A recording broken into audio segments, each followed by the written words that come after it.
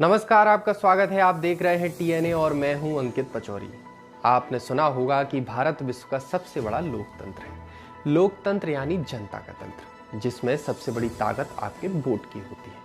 आप खुद अपने सत्ताधीशों का चुनाव करते हैं, पर क्या सभी जगह यह व्यवस्था है? जवाब है नहीं। कुछ ऐसे देश भी हैं जहां अभी भी जनता को सरकार चुनने की आजादी नहीं है। सत्ता के स्वरूप को तानाशाही कहा जाता है। उत्तर कोरिया में चली आ रही तानाशाही के वर्तमान शासक हैं किम जोंग उन। 2011 से यह उत्तर कोरिया के प्रमुख हैं।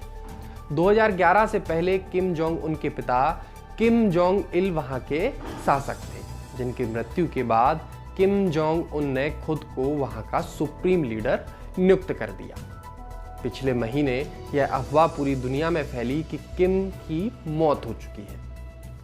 दरअसल कुछ समय पहले ही किम की हार्ट सर्जरी हुई थी और उसके कुछ दिन बाद ही किम लगातार 3 हफ्ते तक गायब रहे। ऐसा कहा जाने लगा कि किम ब्रेन डेड हो गए हैं और पूरी दुनिया में यह अफवाह तेजी से फैलने लगी। उत्तर कोरिया के संस्थापक और किम के दादा किम इल संग की जयंती के समारोह में किम का उपस्थित ना होने से इस अफवाह को और भी मजबूती मिली। लेकिन सबको चौंकाते हुए किम एक बार फिर प्रकट हुए और इन अफवाहों का अंत कर दिया। अब सवाल यह उठता है कि किम इतने दिनों तक कहां थे और क्या कर रहे थे? तो फिर नई अफवाहों का बाजार गर्म हो गया। मीडिया का एक वर्ग कहता है कि किम न्यूक्लियर मिसाइल के परीक्षण में व्यस्त थे। किम की पर्सनल ट्रेन उत्तर कोरिया के पूर्वी भाग में इस पूरे समय में खड़ी दिखाई दी। यह तस्वीर उत्तर कोरिया के मामले में अध्ययन करने वाली एक वेबसाइट ने जारी की है। हालांकि यह तस्वीरें सुप्रीम लीडर की सेहत के बारे में इशारा तो नहीं करती, लेकिन यह जरूर दिखाती है कि इतने समय किम अपनी राजधानी से बाहर रहे। किम के बारे में कहा जाता है कि वह बेहद सनकी और खूंखार इंसान है। उत्तर कोरिया में अपने जुल्मों के कारण दहशत का दूसरा नाम किम जोंग उन है। तो चलिए हम आपको उसकी क्रूरता के कुछ उदाहरण बताते हैं। एक मीटिंग के दौरान उत्तर कोरिया के बदकिस्मत सेना प्रमुख को झपकी आ गई और किम की नजर उन पर पड़ गई। किम को यह नागवार गुजरा और उसने सेना प्रमुख को तोप से उड़ा दिया।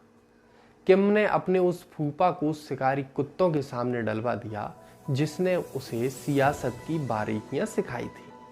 जबकि उनके पिता की मृत्यु हुई तो किम ने जनता को रोने का आदेश दिया और जिसने शोक नहीं मनाया उसे मौत की सजा दी गई।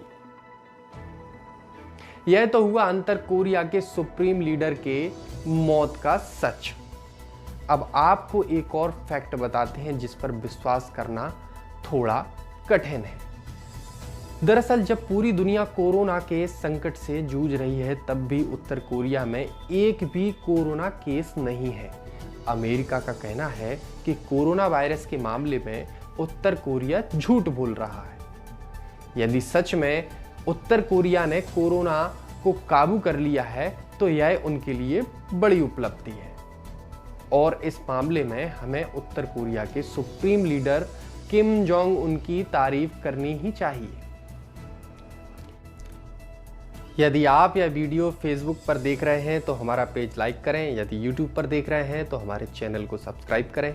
आपको यह वीडियो कैसा लगा हमें कमेंट के जरिए बता सकते हैं।